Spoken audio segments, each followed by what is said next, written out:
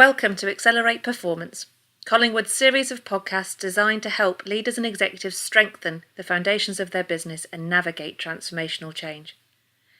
In each episode, we'll discuss topics related to board and executive effectiveness, organisational change, and leadership transitions and development.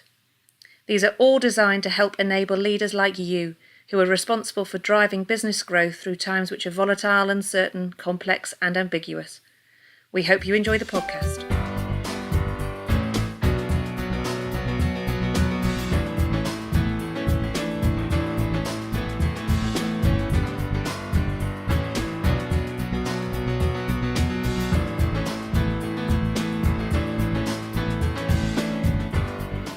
Hello and welcome to our latest podcast in our Thought Leadership series.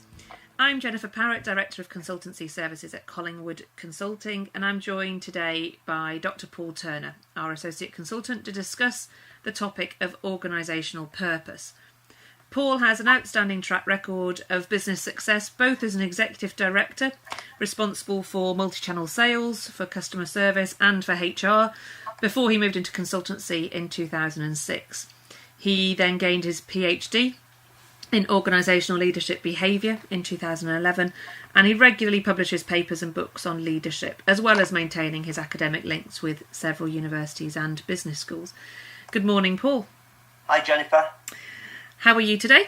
I'm good. Good. All ready? Yes, absolutely. Great. I'm a bit nervous about your questions, but hopefully we'll be okay. I'll be kind to you, don't worry. Thank you. So, Paul, I know from our previous discussions that you're really passionate about the power of purpose and quite an authority now, really, on this topic. You've just completed a white paper. What is it that gets you so excited about the concept of organisational purpose? For me, Jen, it's all about motivation, energy, and direction. When you think about purpose, you're thinking of things like why you're important, how you can add value to your world, what makes you tick, what drives you. So purpose gives us focus, builds our commitment, and motivates us to achieve. So whenever we see a highly successful and committed person, we see a person with purpose. Yet, how often do organisations build on this? For me, it's about spreading the word and helping leaders develop the power of purpose within their organisations and their people. Yeah, we've all met these people, haven't we? You know, those people who are in control, who you gravitate towards, really. You know, those people who are very purposeful and determined. I mean, in your white paper, you discuss the legacy of organisational purpose, about how it's been around since the birth of mankind. But, in business terms and in recent times, really, it's a relatively new topic around boardrooms. However, that said, you do mention exemplars of powerful business legacies. It appears to be quite a bit of a dichotomy, really. Well, yes. I mentioned several great purpose-driven leaders, such as John Cadbury. Cadbury opened his first shop in Bull Street, Birmingham, in 1824. His original purpose was to reduce excessive alcoholic drinking. And to do this, he created Cadbury's delicious chocolate drink as an alternative to alcohol. Yet, that purpose changed, certainly in specific terms. His sons built on it, and in later years, with an aspirational social vision, Bourneville emerged, the creation of an industrial factory with workers' housing and community buildings in a garden village, rather than what was then a squalid and depressing inner city area. Yeah, so it's quite a different way of looking at things, isn't it, really? I mean, you mentioned Walt Disney, how his mantra was to make people happy. Hewlett and Packard, Jobs and Wozniak, Jobs wanted to build an empire built on quality and aesthetics to take on the big players of that time. And Wozniak, who had a social vision of education and communication, putting a computer into every home, really. Yes, yeah. All of these business legends and exemplars had different purposes, yet one common denominator. They all started with the why before they addressed the what. The power of the why. A favourite book of mine is Start with the Why by Simon Sinek. It can be a very powerful message, and I've seen with clients how powerful the why can be, particularly when they're going through change. Very powerful, and these great leaders inspired their people in different ways. Purpose-driven organisations will develop purpose-driven leaders with these leadership characteristics. But does it take great leadership, or does it fall to leaders to motivate and generate a sense of purpose in employees, or is it more intrinsic in those employees? Great question. My view is no, not necessarily. It depends on the person. Let's think about postal workers, postal delivery workers. Their job is to deliver letters from A to B. A very small cog in a massive postal delivery machine. Such a job, with its routine repetitiveness, will create personal motivational challenges. I've experienced postal workers who have let the job shape their behaviour, going about their duties in a demotivated way. Yet, more memorably, I've met postal workers who shaped their job through a purpose-driven approach. They built community links, they connected to people, and they brought a smile to the faces of all those they meet. Now, these people, they were driven by the why rather than the what. They didn't need others to motivate them to do this.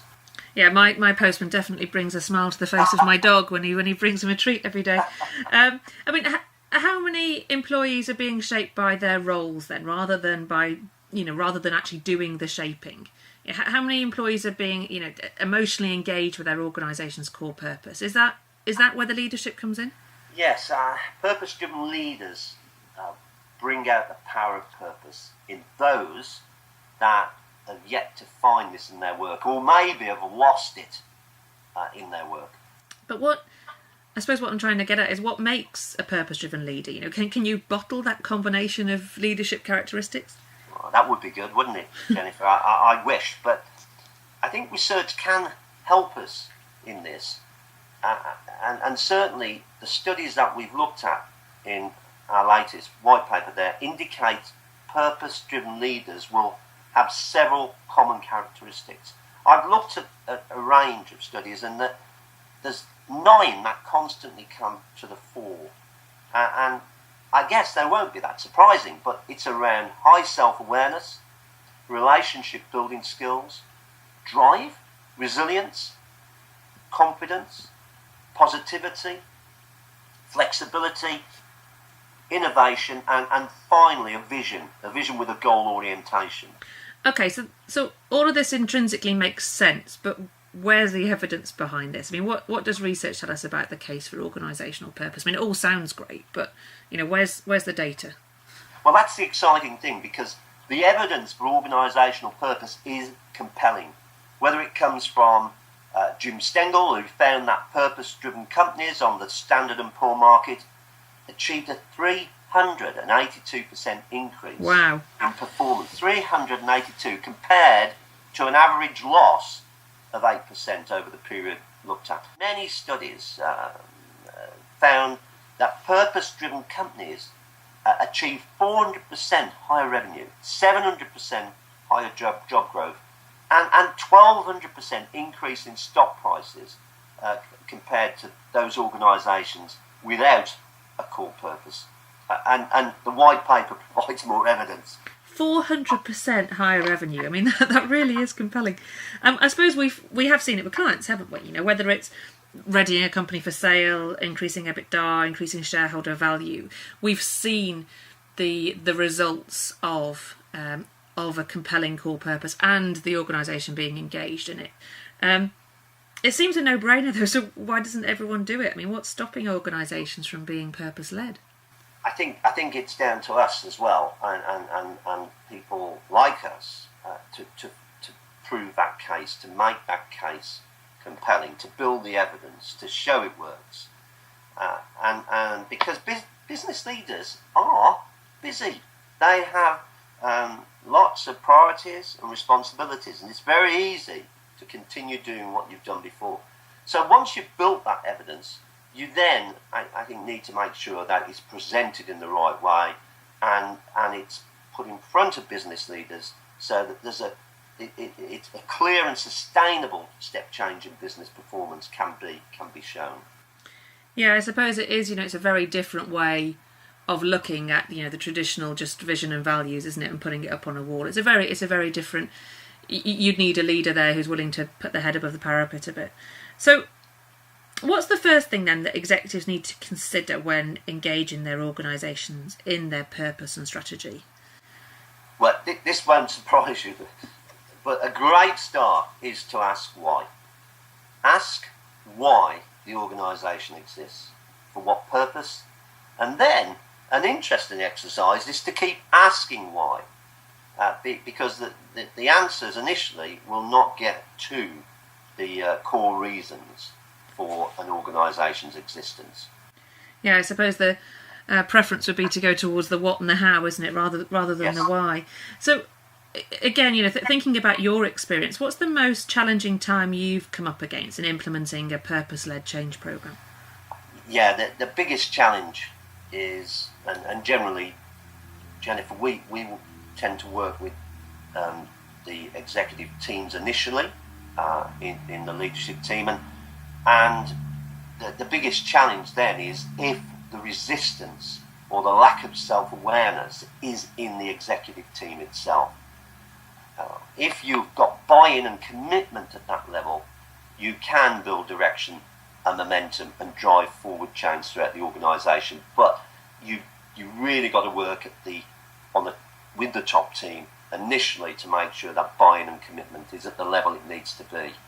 Yeah, I suppose that then generates the consistency of message, doesn't it? And the fact that they are very aligned and driving it forward, then I suppose would be a lot easier than just one person trying to drive forward such a visionary programme. Okay, well, thank you, Paul. I mean, we're coming close to the end of the interview, and you probably know what I'm going to ask you next, don't you? What's that? Well, it's always it's what our clients ask us. How do leaders make this happen? How do they capture the power of a compelling purpose and use it to drive bottom line success, as identified in Cotter studies and other research? Well, the first step that they want to get to, and the first step in creating a purpose-driven organisation, as I mentioned, the why questions is a catalyst, but it's to create a core purpose strategic map.